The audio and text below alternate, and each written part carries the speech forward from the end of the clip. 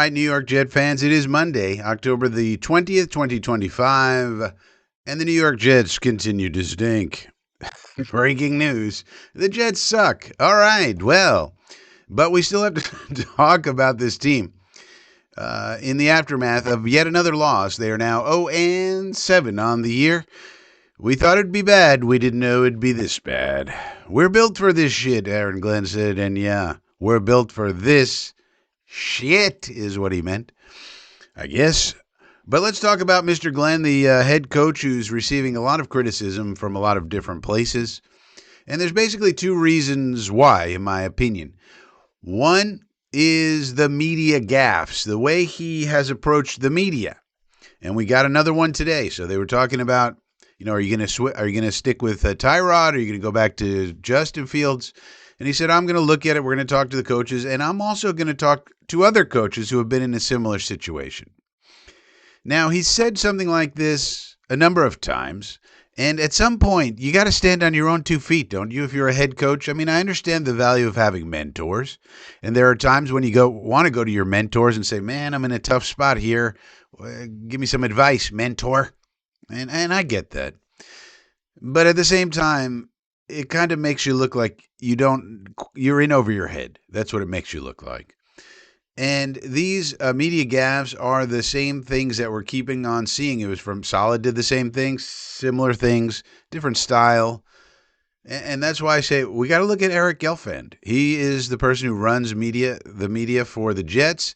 And if he's not providing our head coaches with a strategy proposal, here's how you deal with the media, then I don't think he's doing his job properly because, after all, this is an organization. The head coach is one of the faces of the organization, and the way you approach media has an effect on the fans, who then that has an effect on revenues and everything else.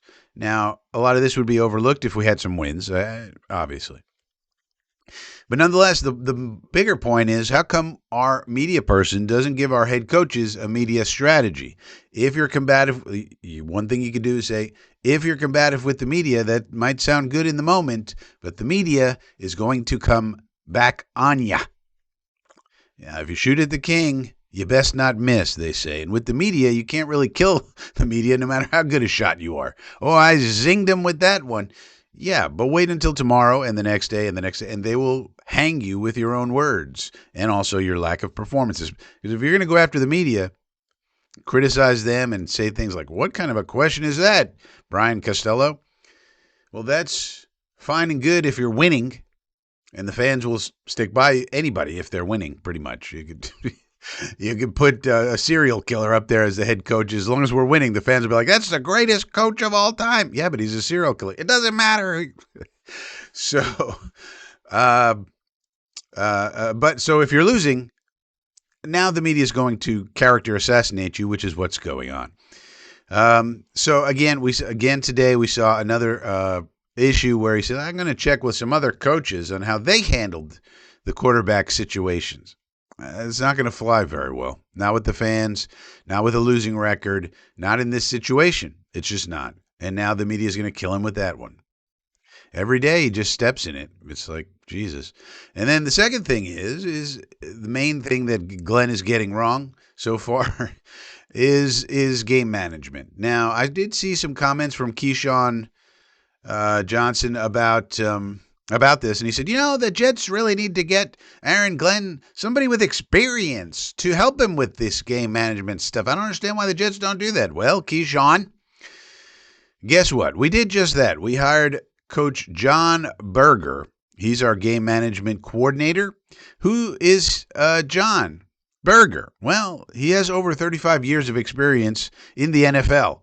Most of it the senior director of football information for the New York Giants for 34 years. But then after that, he went to work for the NFL office and worked on instant replay and training officials. He trained the refs. The refs still suck, so I don't know how good of a trainer he was.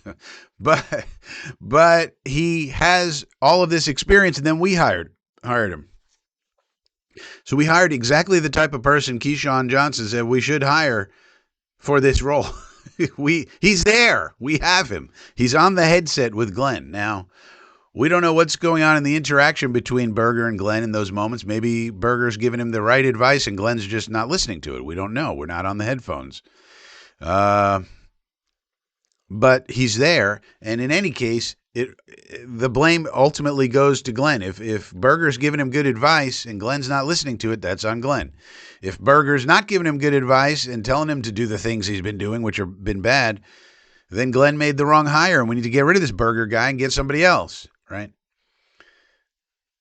So, but I just think it's interesting that people come up with these things without actually knowing the organization. John Berger, over 35 years of experience in the NFL, including most of it with the Giants, but then put in over 3 years with the NFL itself, working with the refs on referee things. Not sure he was so great at training them, considering how bad they are at their jobs, but that's a whole other video. So those are the things that Glenn's getting wrong these days, and the only thing that is going to happen, if you put a comment below that says, "Fire Aaron Glenn! Fire Woody Johnson!" I'm not going to leave those there because I don't think Aaron Glenn's getting fired. I really don't. I think Woody likes him. He's in the first year. It hasn't gone great. We've lost a bunch of games by very few points. But, nonetheless, I think Woody's going to stick with him. And what we have to hope is that Aaron Glenn learns and gets better, because people aren't going to want to come, even if you did fire Aaron Glenn. What kind of coach wanted to come here? It was already a bad job opening in the beginning, before this, and then now you're going to fire Glenn in year one to show, oh, they're really, really dysfunctional? Oh, yeah, I'm sure a lot of genius head coaches are going to want to come here. So there's no way out. We got to stick it out with Glenn and hope he gets better. He's been bad. We got to hope he learns.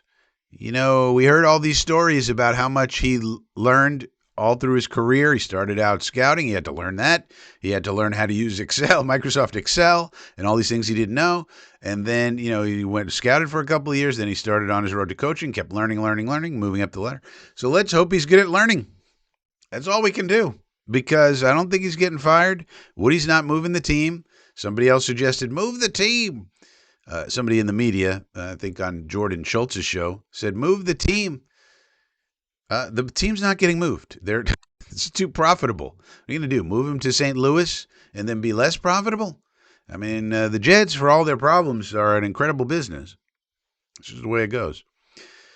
So there you go. That's what Aaron Glenn is doing wrong so far. Let's see what tomorrow brings. Here on FSPN, I'll see you next time.